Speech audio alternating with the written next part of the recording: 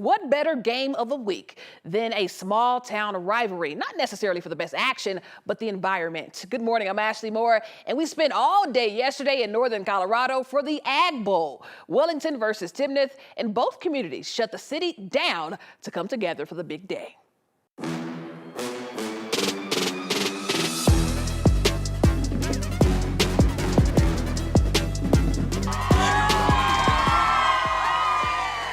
Why is there sugar beets in the cup? Well, the Box Elder Cup is based on the ditch that provides water between the two towns of Timnath and Wellington for their crops. The crop of Wellington is the sugar beet and the crop of Timnath is the potato. The winner puts their crop inside the cup, and as you can see, we're in the cup because we won it last year. What offensive formation were the 1950 Timnath Cubs known for? The I formation, T formation, or the wishbone formation?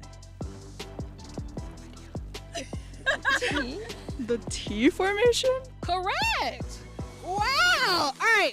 So you know how it goes. When one school wins, we let them send us off in a cheer. So Timnath, what you got for us? Here we go, Timnath. Here we go. Here we go, Timnath. Here we go. Here we go.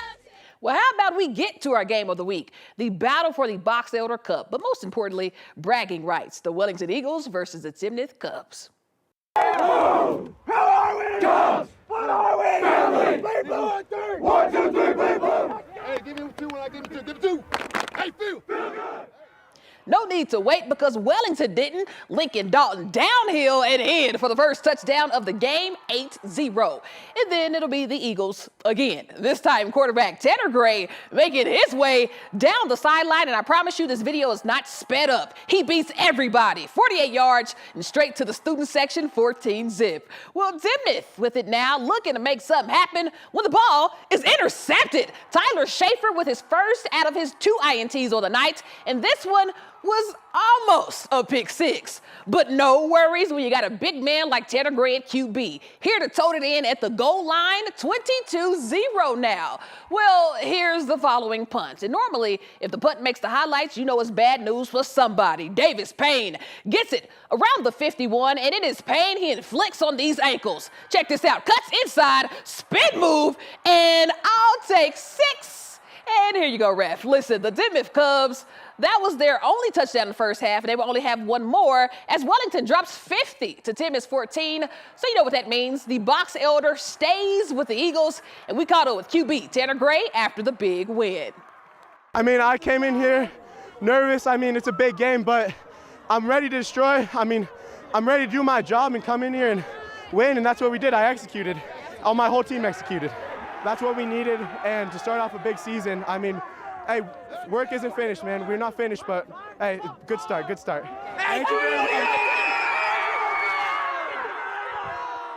Well, now to some Thursday night football as Wheat Ridge took on Sand Creek, and Wheat Ridge strikes first thanks to this 4-yard run from Devin Castillo, 7-zip. And it'll be the Farmers again. McCune in the gun, rows right, and floats this one to Wilkes, who gets up there for the touchdown in the back of the end zone. Wheat Ridge takes it 26-8.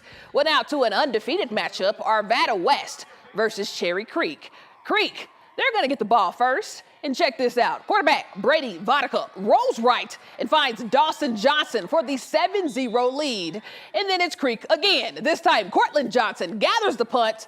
He slips, then hits the guys with the spin move, and he steps on the gas to go down the sideline for 56 yards and the return. It is now 14-0. All right, so second quarter, Vodka on the move, connects with Maxwell Lovett for a Bruins touchdown as the defending state champs go on to win it 42-0. Well, let's head over to the Eagle Crest Raptors taking on the Rocky Mountain Lobos. And Eagle Crest starts with it on the 48. QB Joe Steiner airs it out downfield and finds Logan Ryan, who gets down at the 10. All right, so now it's goal line for the Raptors, and Cam Chapa goes up the middle, right for the score, Eagles 7-0. And the Raptors get it back. Stein back to pass, and once again, he's looking deep. But what could have been a touchdown is an interception by Rocky Mountain's Riley Honig, and what a grab, but they couldn't convert. Eagle Crest back in the red zone, and Steiner finds his favorite target over the top, Ryan, for his second touchdown of the night, 13-0. Second quarter now, still Raptors ball, and Steiner beautifully fakes the handoff, and he's off to the left for a rushing score. Eagle Crest would maintain the lead to win it, 34-9. Well, the Chatfield Chargers took on Thunder Ridge Thursday, and please pay attention to this play sent from our guy, Chatfield fan. Ball on the 31. Jake Jones calls a QB keep, and just when he hits a wall, you see it, he bursts out to the left, and baby, sees pay dirt. A 69-yard house call that started off as a 3-and-1. Well, can we take a look at another view? Jones very visibly hits the wall of both teams and somehow gets out of there for the touchdown, and the Chargers go on to win it 38-14.